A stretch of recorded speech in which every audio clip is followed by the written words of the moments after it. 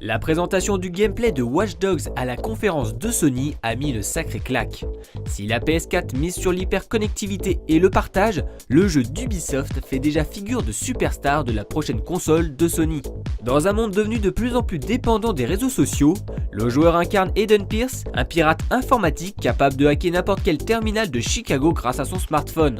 Un monde ouvert hyper réaliste, un gameplay léché et imprévisible, pas de doute, Watch Dogs en met plein les yeux. Mais qui dit grosse attente implique aussi beaucoup de questions. Quelles sont les vraies possibilités du joueur? Qu'en est-il de l'interaction avec les différents PNJ? Élément de réponse. Le joueur peut, quand il veut, partir ce qu'on appelle son profiler, puis accéder aux gens dans la rue. Donc, tout le monde dans la rue sont dynamiquement générés. Ils ont tous des personnalités, ils ont tous des backstories, ils ont toutes des motivations. Et le jeu va dynamiquement également forger des situations qui fait que le joueur va toujours découvrir du nouveau gameplay dynamiquement autour de lui. Donc, pour aider un petit peu, ce que je dirais, c'est quand vous avez regardé la démo du E3, c'était plus ce qu'on appellerait une main mission, une mission principale où le joueur a un problème à résoudre puis peut utiliser tous les outils à son arsenal pour s'exprimer. C'est important, la player expression dans Watch Dogs. Maintenant, ce qu'on voulait montrer aujourd'hui, c'était plus le open world.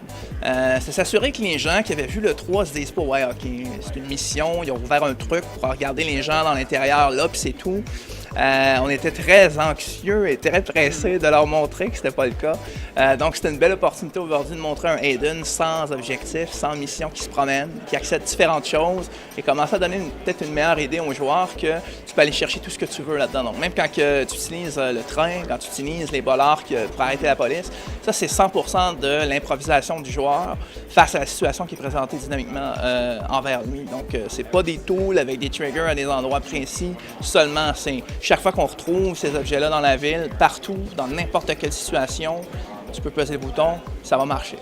Donc explorer une ville, c'est bien, jouer avec ses réseaux électroniques, c'est mieux.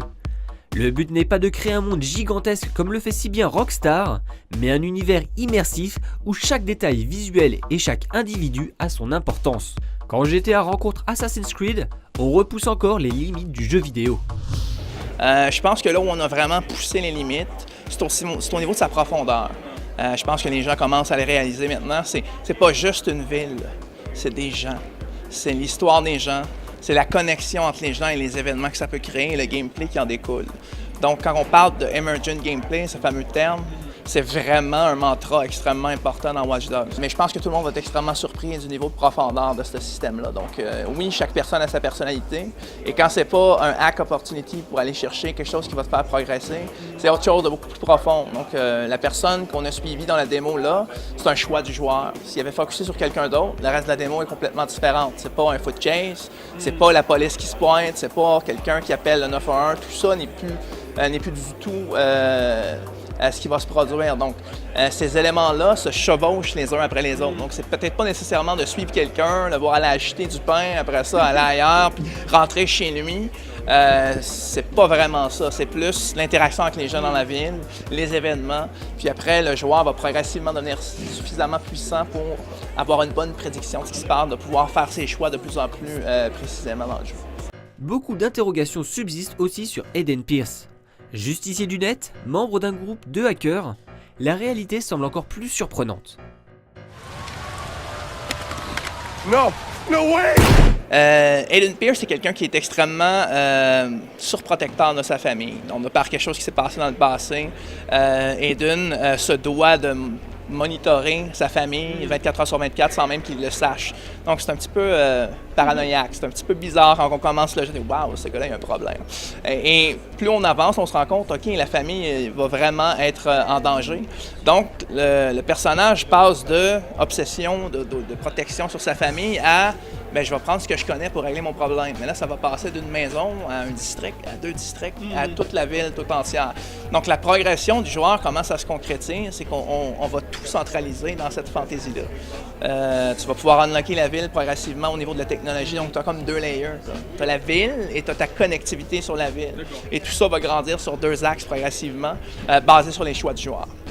Des personnages complexes et un scénario prometteur qui, on l'espère, se dévoileront un peu plus dans les prochains mois. Watch Dogs, coup de maître pour Ubisoft? L'éditeur français compte bien s'imposer sur les consoles next-gen avec des jeux audacieux comme nous l'explique son PDG Yves Guillemot.